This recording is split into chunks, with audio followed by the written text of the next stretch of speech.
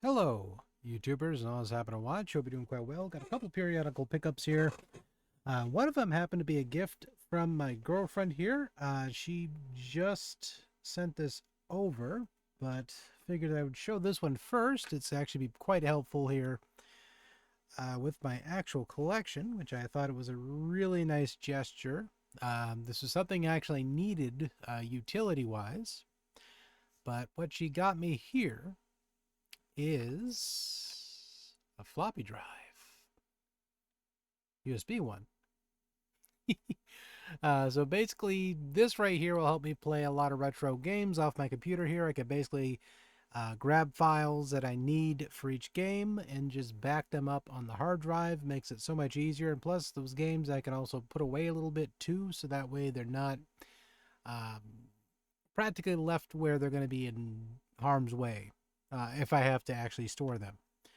But either way, really cool stuff here for sure. The cords are decently long. It definitely is built for laptops.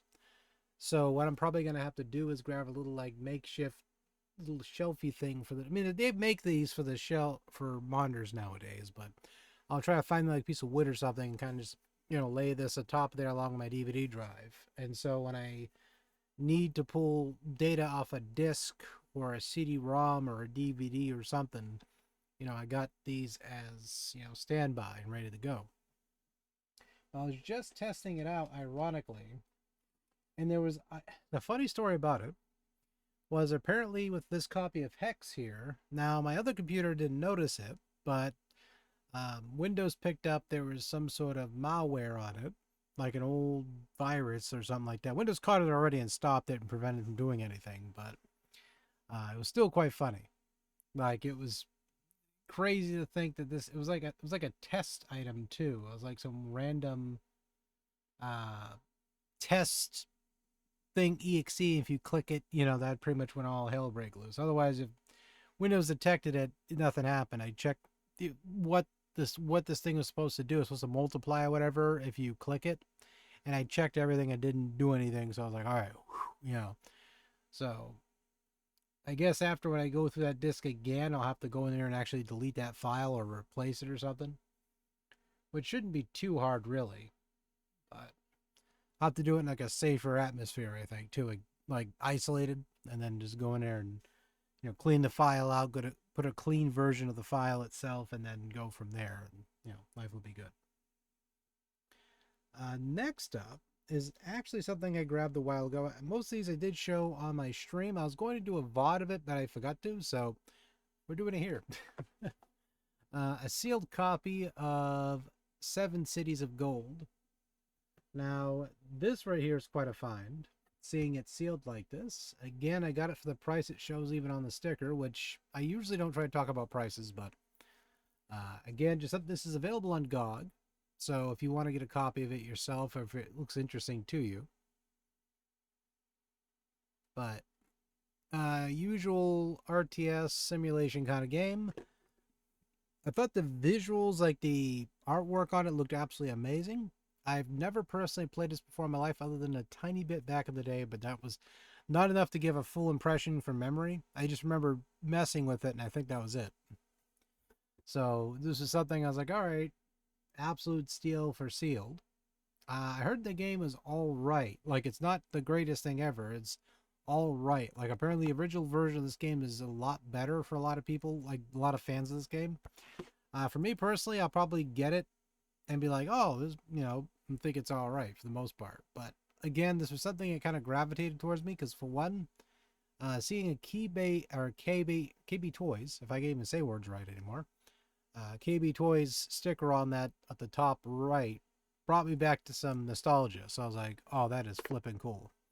So had to have that, especially for the nostalgia for that element there, even if the game's all right.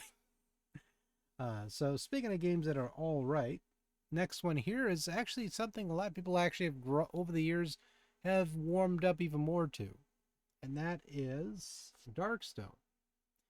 Now, Darkstone is one of those games where it was supposed to be a Diablo killer. A lot of people's opinions, they think it is. It's the same difference with even Dungeon Siege. Dungeon Siege was a great game. It's not a Diablo killer, but it's still a great game or a great contender. So honestly, I can just say without the shadow of a doubt, it's this one is no different. Like it's a good game. It's a very good game. You know, I would never argue that with anyone. You know, it comes in this format. Came with some paper stuffed in there, which I just left it in there because it, you know, I'll show you real quick. See, it has some paper in there. So I left it in there because it was actually nice and convenient because it kept everything kind of stuffed in there and, you know, format factored. But it comes in a very, very pristine manual, which is humongous. It comes with the mail-in paperwork for like, what was it called? I'm having a brain fart here. For 10net or HeatNet. That's what it was. I don't know how I got 10net from, but HeatNet. I think the melatonin's kicking in. So yeah, there's basically paperwork here though with the game, and it comes with this manual, which is quite humongous, textbook style. Absolutely love this. I mean, the game itself, it's very self-explanatory. A little bit to get adjusted to though. Otherwise, it's a very straightforward game. It does give you a quick start guide here as well, which is a pretty nice little layout, or a good readout, should I say. So again, usual Diablo controls, right? The usual dungeon crawling controls, so it's nothing to get confused about. You can control up to 2 characters at once, which I thought was pretty cool at the time. I think that still was a nice feature or contribution to the game. And the game itself is still really good. Like, I personally felt Darkstone was certainly up there in terms of like the really good quality dungeon crawlers. A lot of people thought that this game was better than Diablo, which again, that's their opinion. For me, with the original Diablo, I liked it, but anything as far as I was concerned back in the day could beat Diablo, like the original one. Diablo 2, not for me, for many years, it was very hard for me to change my opinion of that. That game was like a very high standard to me. It wasn't that I was being like dismissive of other games, but if somebody would say, "Oh, Dan, do you think this game's better than Diablo 2?" They asked me if I thought it was better. I'm like, not really. Games such as like Titan Quest and, you know, fill in the blank here.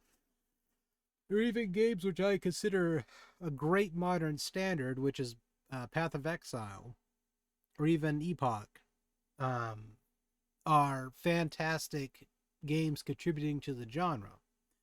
The absolute best of all time for me was the original Diablo 2 Lord of Destruction expansion included.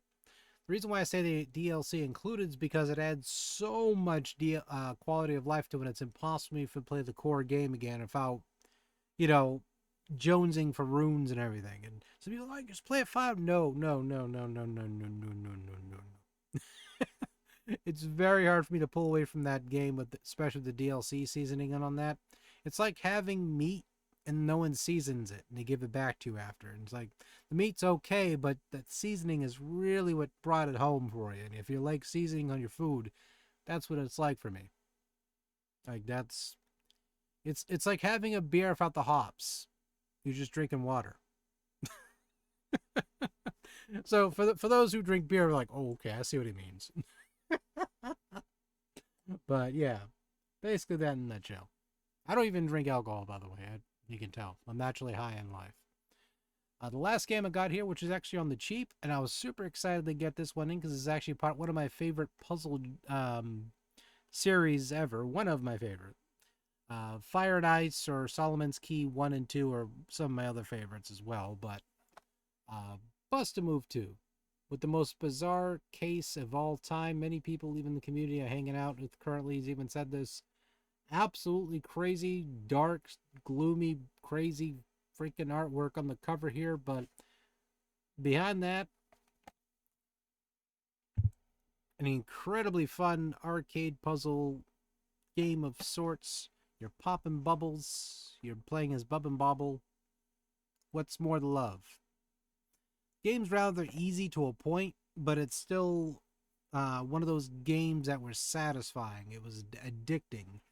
Like when they say that this game is so addictive, it should be illegal. They're not kidding. And even the weird ass cover here, it's kind of like for how I feel when I play it. It isn't I feel like, oh shit.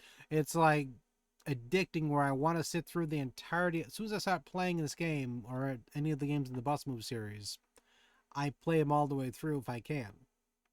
Even the PC ports, I got 1 and 2 there, the Bus Move 1 and 2 on CD-ROM, and those I will sit down and I will play those through all the way through. I will sit there and go all the way through them. Absolutely addicting. It was nights back in high school where I would sit there, no life those games, and finish them. Like, that's how much I enjoyed them. This right here is Happyville for me because I am super excited for this game, particularly this version of it. Just because that and the cover, the long box PlayStation games are kind of getting harder to come by, but a great game nonetheless. This is something I'm probably going to try to play through on stream at some point, playing through 1 and 2 at some point in the future. I'll try to set aside some time for that, but this is definitely on top of the card for sure. I've been jonesing to play it for a while, and now I have it in my collection, at least the PlayStation 2 version, because I got, again, like I said, I have the box for it over there. Super excited about this for sure.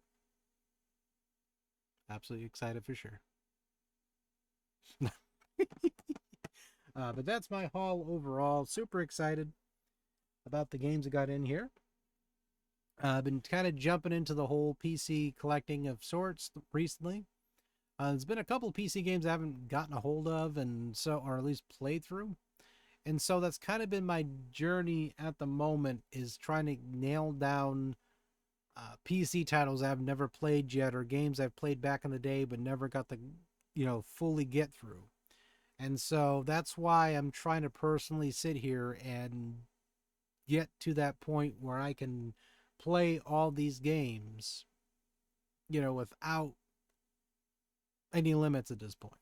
So that's pretty much what I got in the mail. Again, if there's anything you guys picked up in the mail, please be sure to do a video response. Try to bring back the classic style there if we can. But for now, take care, everyone. I'll see you all next time.